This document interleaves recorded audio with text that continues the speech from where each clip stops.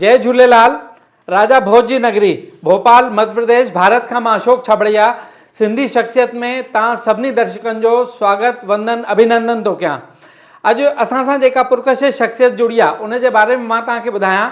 ग्वालियर खां असांजी शख्सियत पधारी आहे, उन्हनि जो नालो आहे श्रीचंद पंजाबी। ऐं मां इहो ॿुधायां इहे ग्वालियर जा वरिष्ठ समाज सेवी आहिनि। श्रीचंद पंजाबी साहब जय झूलेलाल। जय झूलेलाल साईं। श्रीचंद पंजाबी साहब, मां तव्हांखां सभिनी खां पहले इहो पुछंदुमि कि तव्हांजी शिक्षा केसि ताईं थी आहे ऐं तव्हां व्यवसाय छा कंदा ग्वालियर में? मां पोस्ट ग्रेजुएशन कई आहे जी 1986 में। अच्छा। ऐं मां टैक्स कंसल्टेंट आहे। अच्छा। कर सलाहकार जो कमु कंदो आहे। त उन में जीएसटी इनकम टैक्स ॿई? हाँ, जीएसटी इनकम टैक्स पूरो पैकेज सॼी सुविधा असां वापारियुनि खे ॾींदा। श्रीचंद भाई साहब, मां तव्हांखां इहो पुछणु चाहींदुमि कि ग्वालियर में तव्हां रहंदा, उतां जूं कहिड़ियूं कहिड़ियूं फेमस शयूं उन जे बारे में असांखे ॿुधायो। ग्वालियर हिकिड़ो हिस्टोरिकल प्लेस आहे जी। ऐं मां ॿुधायां हिन में कि भई असां वटि ग्वालियर जो किलो इलाही फेमस आहे। ग्वालियर जे किले ते पंहिंजा गुरुद्वारो सिखनि जो ठहियल आहे, सिख धर्म जो इलाही शानदार। उते सास बहू जो मंदिर आहे छा कोई? बिल्कुल सास बहू जो मंदिर भी आहे, गुजरी महल भी आहे, संग्रहालय ठहियल आहे उनमें। जी जी। उहे काफ़ी दर्शनीय स्थल आहिनि जेके असां लाइट एंड साउंड शो भी शाम जो उते किले ते हलंदो आहे। अच्छा अच्छा। हिकिड़ो उते कटोरा ताल भी आहे? हाँ, कटोरा ताल आहे बिल्कुल। कटोरा ताल में पहिरियों त उन में कटोरा ताल में पाणी जल हूंदो हुयो, हाणे उते भी लाइट एंड साउंड शो जो कार्यक्रम नगर निगम पारां हलंदो। अच्छा। ऐं उते हिकिड़ी सिंधिया जे महल में चांदीअ जी ट्रेन हलंदी आहे, उहो कहिड़ो महल आहे? उहो जयविलास पैलेस आहे जी। माधवराव सिंधिया जो जेको निवास स्थान हाणे ज्योतिरादित्य सिंधिया उन्हनि में निवास कंदा आहिनि। अच्छा अच्छा। जॾहिं भी ईंदा आहिनि त उते ई रहंदा आहिनि। अच्छा। उन्हनि में जॾहिं भी कोई वीआईपी माण्हू उन्हनि वटि भोजन वग़ैरह जे लाइ ईंदो आहे त उहो चांदीअ जी रेल। हा, इहो अक्सर असां टीवीअ में ई ॾिसंदा आहियूं। बिल्कुलु इलाही सुठो मतिलबु ॾिसण लाइक़ु स्थान आहे। अच्छा। उते कोई संग्रहालय भी आहे छा? संग्रहालय इहो गुजरी महल संग्रहालय, इन खां अलावा ॿिया भी म्यूजियम आहिनि। ऐं हिकु त भाड़े ते विक्टोरिया मार्केट हुई, उन में भी हाणे हिकिड़ो एलिवेटेड रोड भी ठहे थो जेको मथां फ्लाई ओवर ठहे थो। उन सां भी ग्वालियर खे विकास में 4 चांद लॻंदा। 500 करोड़ रुपया असांजे ज्योतिरादित्य सिंधिया द्वारा पास कराए विया। उनमें उते हिकु तानसेन जी मज़ार भी आहे जिते हर साल हिकु संगीत जो ॾाढो वॾो कार्यक्रम थींदो आहे। राष्ट्रीय लेवल जो उते कार्यक्रम थींदो आहे, उनमें राष्ट्रीय लेवल जा सभी कलाकार ईंदा आहिनि। बिल्कुलु। उहो कहिड़े हंधि आहे? उहो हजीरा स्थित प्लेस आहे। अच्छा। उते ग्वालियर उपनगर आहे। जी जी। उनमें हजीरा प्लेस, हजीरा ते इहे तानसेन जो मक़बरो ठहियल आहे। जी जी जी। उते हर साल वॾे स्तर जो कार्यक्रम थींदो आहे तानसेन जी स्मृति में। उते हिकु सूर्य मंदिर फेमस आहे, उहो किथे आहे? सूर्य मंदिर इहो असांजे किले रेलवे स्टेशन खां लॻभॻि 2 किलोमीटर खनि बीहंदो। अच्छा। उहो बिरला ग्रुप जो मंदिर आहे। अच्छा अच्छा। इलाही शानदार ठहियल आहे। अच्छा अच्छा। दर्शनीय स्थल आहे उहो भी। अच्छा अच्छा। ॿियो जीवाजी चौक बाड़ो, इहो त फेमस आहे पूरे। हाँ हाँ।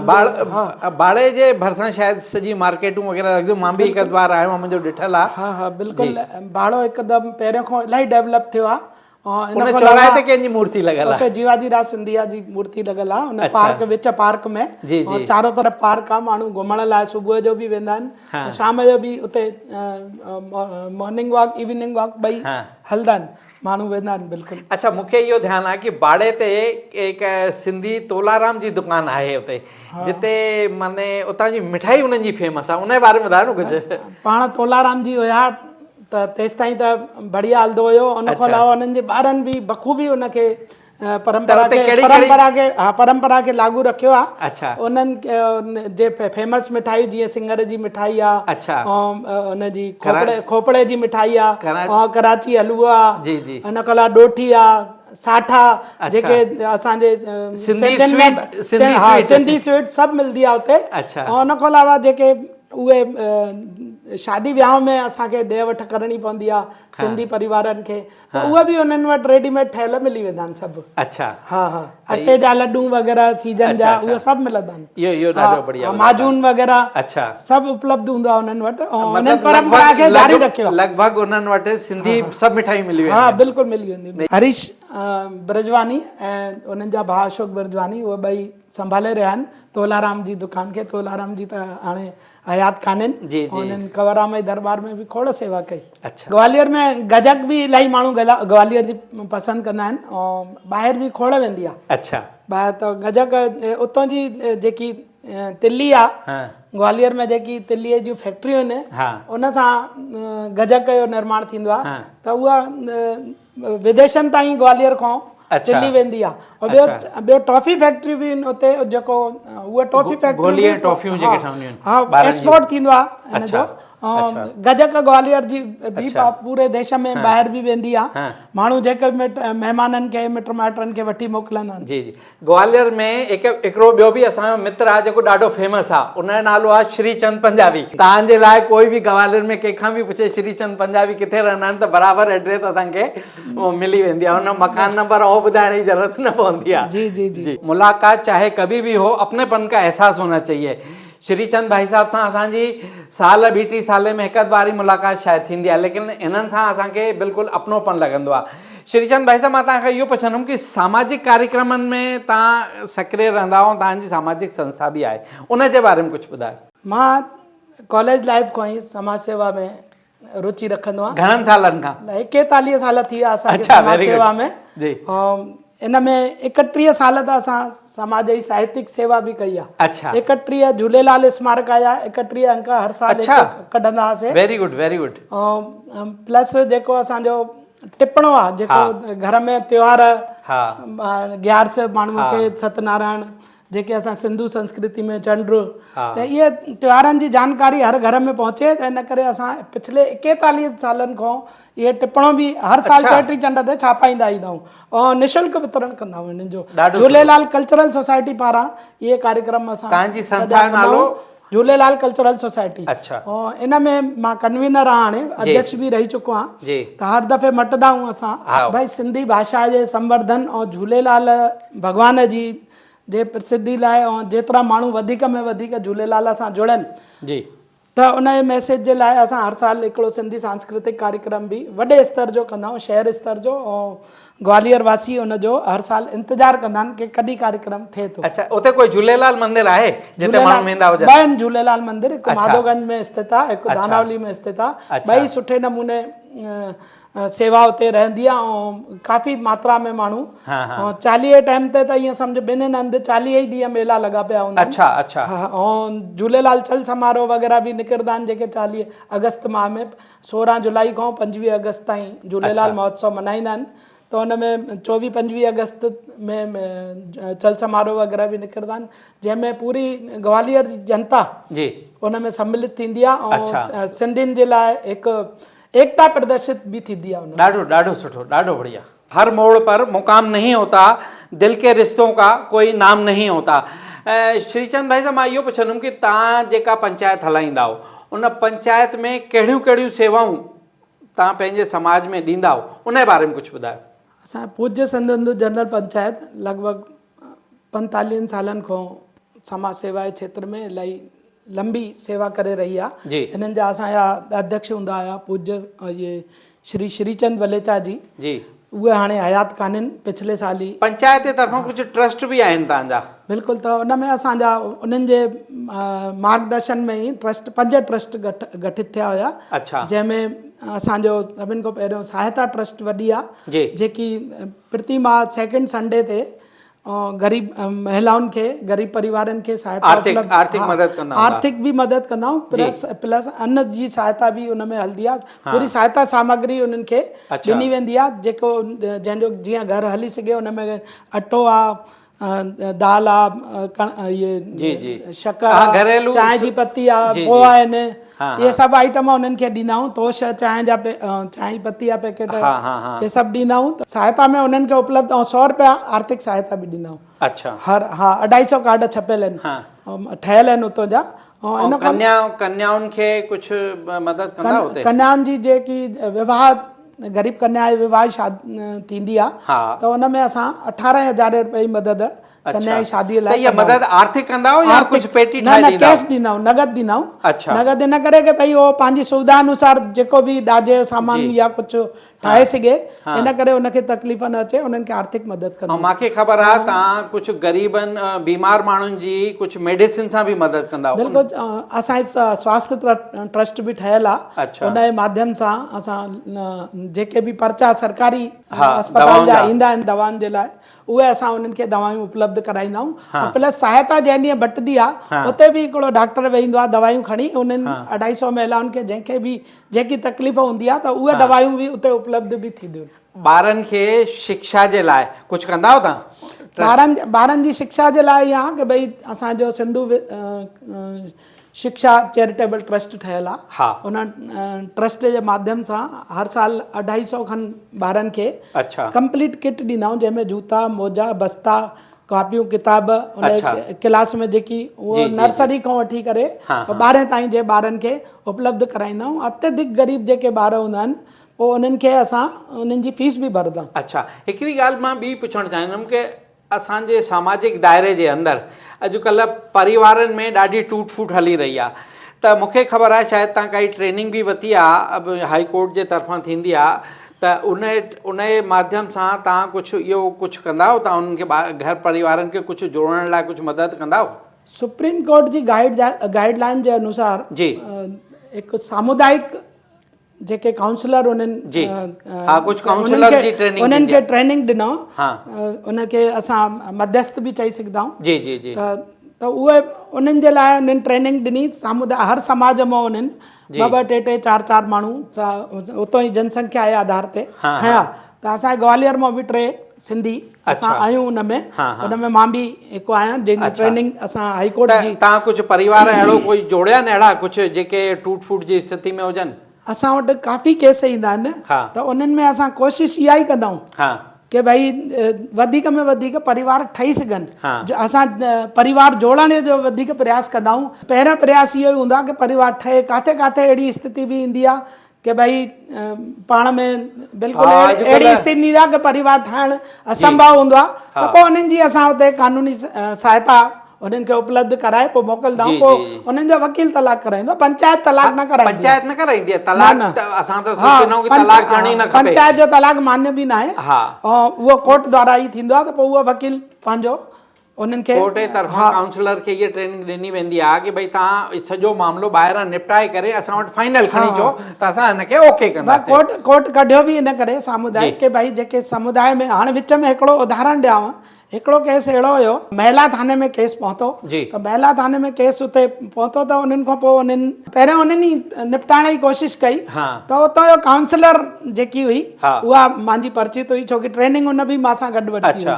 त पोइ उन उतां फ़ोन कयो कि भई हीअं केस तव्हांजो आयो आहे, पोइ हे असांजे साम्हूं खुली करे नथा चवनि कि भई पंहिंजी समस्याऊं, कि भई कंहिं वटि गोल्ड आहे, कंहिं वटि सामान आहे, कहिड़ो सामान खणी विया उहो। जबकि असांजे समाज कोर्ट जेको निर्णय कयो आहे न, इलाही सुठो कयो आहे कि समाज जे साम्हूं माण्हू खुली थो वञे, उते कानूनी प्रक्रिया में नथो खुले कि भई उन जी कानूनी। ईअं कुझु केस असां वटि कोर्ट मां बि, हिकु केस पहिरियों कोर्ट मां बि आहे। 13 सालनि खां सिंधीअ जो केस हले पियो, उहो मथुरा जो केस हुयो। ये ॾाढी वॾी उपलब्धि आहे। मथुरा जो केस हुयो, उन में मां ॿुधायांव त मथुरा जे केस में छोकिरो उतां जो हुयो, मथुरा जो, छोकिरी ग्वालियर जी हुई। त हाणे उनजो केस 13 सालनि खां हले पियो, त उतां कोर्ट मां फ़ोन आयो। उहो आयो, हालांकि उतां जे काउंसलर जो ई आयो कि भई ये केस तव्हांजो 13 सालनि खां हले थो, तव्हां सिंधी समाज जो केस आहे, तव्हां निपटाए सघंदा आहियो। त उहा बि परिचित हुई काउंसलर, त पोइ उन मां वटि मोकिलियो, उहो असां निपटायोसीं।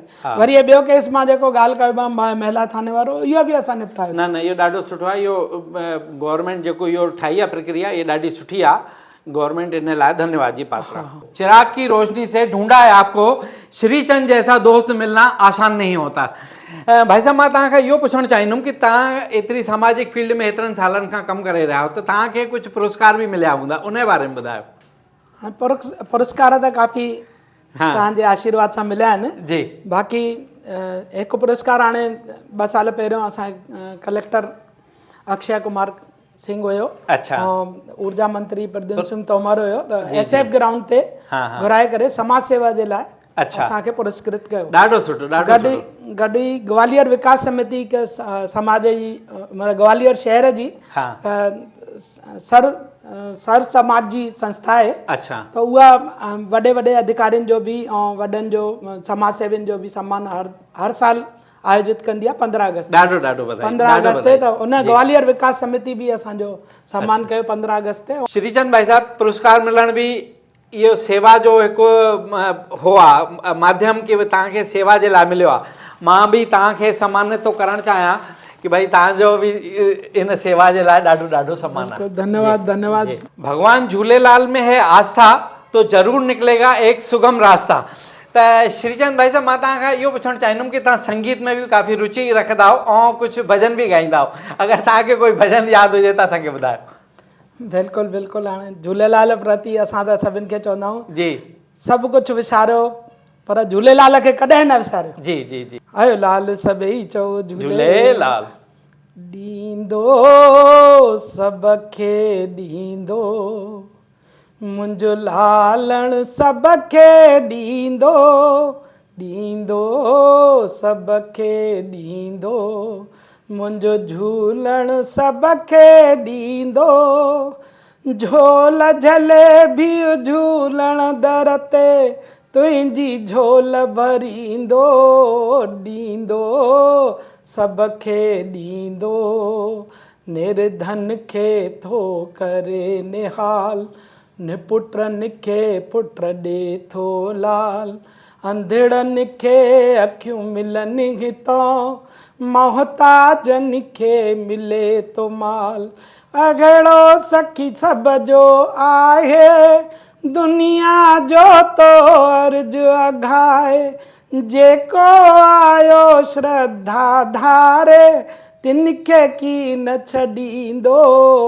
ॾींदो सभ खे ॾींदो मुंहिंजो लालण सभ खे ॾींदो झोल जलेबी झूलण दर ते तुंहिंजी झोल भरींदो ॾींदो सभ खे ॾींदो सवे सवाली रोज अचनि हिते तिन्हिनि जा सुवाल पुॼनि जहिड़ी जंहिं आश रखी मतलब तिन जे मन जा थियनि सभ जी आश पुॼाए थो खाली की न मोटाए थो तूं भी रखी विश्वास अची ॾिस तोखे लाल ॾींदो ॾींदो सभ खे ॾींदो मुंहिंजो लालण सभ खे ॾींदो झोल जलेबी झूलण दर ते तुंहिंजी झोल भरींदो ॾींदो सभ खे ॾींदो चंड ठारूअ ते भोग लॻनि बहिराणा था खूब सजनि चंड ठारूअ ते भोग लॻनि बहिराणा था खूब सजनि जहिड़ी जंहिं आश रखी मतलब तिन जे मन जा थियनि सभ जी आश पुॼाए थो खाली की न मोटाए थो तूं भी रखी विश्वास अची ॾिस तोखे लाल ॾींदो ॾींदो सभ खे ॾींदो मुंहिंजो लालण सभ खे ॾींदो जेके ईंदा झूलण दर ते तंहिंजी झोल भरींदो ॾींदो सभ खे ॾींदो ॾींदो सभ खे ॾींदो ॾाढो सुठो ॾाढो सुठो सभ खे तव्हां त आनंदित करे वियो भगवान झूलेलाल जे बिल्कुलु ईअं साम्हूं बीहाए छॾियो असांखे ॾाढो सुठो ॾाढो बढ़िया। श्रीचंद भाई साहब, तव्हां सिंधी आहियो, तव्हांखे सिंधी व्यंजन काफ़ी पसंदि भी हूंदा त उन जे बारे में कुझु ॿुधायो ऐं ग्वालियर में कोई सिंधी व्यंजन अहिड़ो प्रसिद्ध हुजे त उन जी बि ॼाण ॾींदा। भाई सिंधी व्यंजन असांखे ॾही कोकी वग़ैरह बिह पटाटा इहे त आहिनि पसंदि ऐं गॾु गॾु दाल मुङ जेके मिलंदा आहिनि कॾहिं असां घर में दाल मुङ ईअं वठी ईंदा आहियूं फुल्का घर में पचाए उहे बि खाईंदा आहियूं। अच्छा ईअं? हा ईअं बि आहे ऐं गॾु गॾु कि भई दाल मुङनि सां गॾु माण्हू पुड़ी बि अॼुकल्ह उपलब्ध मिलनि थियूं बाज़ार में, ऐं टिकर बि मिलनि था, त माण्हू उहो बि अदर समाज बि उनखे इलाही पसंदि थो करे। ऐं असां बि प्रयास इहा कंदा आहियूं कि सिंधी व्यंजन माण्हू उपयोग वधीक करे ऐं अन्य समाज में बि असांजा व्यंजन फेमस थियनि। जीअं हाणे तव्हां ॾिठो हूंदो बंगाल जे चुनाव में आदरणीय श्री मोदी जी झालमुड़ी खाधी त उहो सॼे इंडिया में फेमस थी वई। तीअं असांजा बि काफ़ी सिंधी व्यंजन प्रसिद्ध अथव। मोदी जी बि चयो कि तव्हां कोई व्यंजन जो अहिड़ो मेलो लॻायो। पहिरियों भेरो जॾहिं गुजरात में उन्हनि भाषण ॾिनो सिंधी समाज जे कार्यक्रम में, त उन्हनि चयो तव्हां सिंधी व्यंजन जो मेलो लॻायो, है न। ऐं मां हिकु बार ग्वालियर आयो आहियां त उते मां बि दाल मुङ खाधा आहिनि। वाकई मूंखे एॾो बढ़िया लॻो। उन में शायदि 2 दालियूं 3 दालियूं मिलाए मथां प्याज चटणी विझंदा आहिनि त ॾाढो आनंदु अची वियो। थिया इहे, उन खां अलावा ॿिया व्यंजन आहिनि।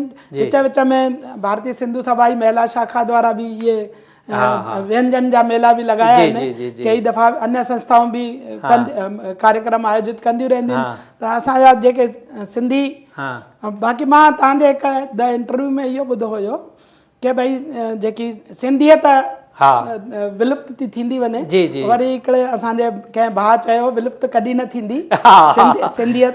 बिल्कुलु विलुप्त कॾहिं न थियो। मां बि उन ॻाल्हि सां सहमत आहियां, विलुप्त न थींदी।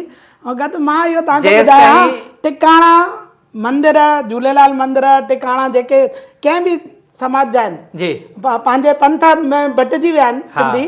त कोई जय बाबा जे सां जुड़ियल आहे, कोई प्रेम प्रकाश सां जुड़ियल आहे। त असां चवंदा आहियूं कि भई उते सिंधियत खे वधाइण में आश्रमनि जो, टिकाणनि जो इलाही योगदान आहे। इहा बराबरि आहे। बाक़ी छड़ो वेनती असांजी इहा आहे सभिनी खे, मां इन तव्हांजे माध्यम सां इहा ॻाल्हि चवां थो कि जेतिरा बि सिंधी आहिनि भॻवान झूलेलाल खे न विसारे। छो कि असांजा सिंध जा सरताज आहिनि ऐं झूलेलाल भॻवान असांजा इष्टदेव आहिनि। ऐं उन खां बिना असांजे हिंदू धर्म जी रक्षा बि उन्हनि कई आहे। ऐं अस्तित्व असांजो जेको आहे उहो सम्झो भॻवान झूलेलाल जे करे ई आहे। ऐं इनखे असां कॾहिं बि न विसारियो। इहो असांजो सभिनि खे निवेदन। श्रीचंद भाई साहब, मां तव्हांखे ॿुधायां, जेसि ताईं सिंधियुनि जा मेला लॻंदा रहंदा तेसि ताईं असांजी सिंधियत जीवित रहंदी। बिल्कुलु रहंदी, बिल्कुलु। जीअं सिंधियत कॾहिं न मरंदी। बाक़ी इहा आहे कि भई असां वरी बि सभिनि खे, जीअं सभु निवेदन कंदा आहिनि, असां बि निवेदन कयूं त घर में सभु सिंधी ॻाल्हायो। ऐं कोशिशि इहा ई कयो ॿारनि सां सिंधी ॻाल्हायो, पाण में 2-4 सिंधी जिथे बि मिलूं था सिंधीअ में असां पाण में ॻाल्हायूं। सिंधियत जे लाइ सदैव समर्पित असां बि आहियूं, पहिरियों खां ई रहिया आहियूं, अॻिते बि रहंदासीं। जेतिरी जान में जान आहे सिंधी भाषा खे वधाइण जे लाइ, सिंधी भाषा जे संवर्धन जे लाइ, सिंधु संस्कृति जे संवर्धन जे लाइ सदैव सेवा कंदा रहंदासीं। समाज जो सभिनी भाउरनि जो आशीर्वाद मिलंदो रहे, गुरु महाराजनि जो आशीर्वाद हुजे, त असां बि सेवा कंदा रहंदासीं। सिंधी समाज असांखे प्यारो, सिंधियत जो आहे भॻवान झूलेलाल सहारो। त तव्हांखे असांजो सिंधी शख़्सियत कार्यक्रम कीअं लॻंदो आहे असांखे ज़रूरु ॿुधाईंदा। ऐं तव्हांखे अगरि हे कार्यक्रम सुठो लॻंदो हुजे त हिनखे तव्हां ॿियनि दोस्तनि में, रिश्तेदारनि में शेयर कंदा।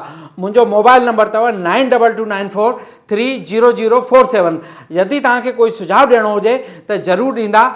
अगली बार वरी तव्हांखे कंहिं नई ताबिंदा शख़्सियत सां मिलाईंदासीं। तेसि ताईं जय झूलेलाल। श्रीचंद पंजाबी जी ग्वालियर खां आया हो, तव्हांजो स्वागत। जय झूलेलाल। जय झूलेलाल साईं, जय झूलेलाल। धन्यवाद तव्हांखे बि।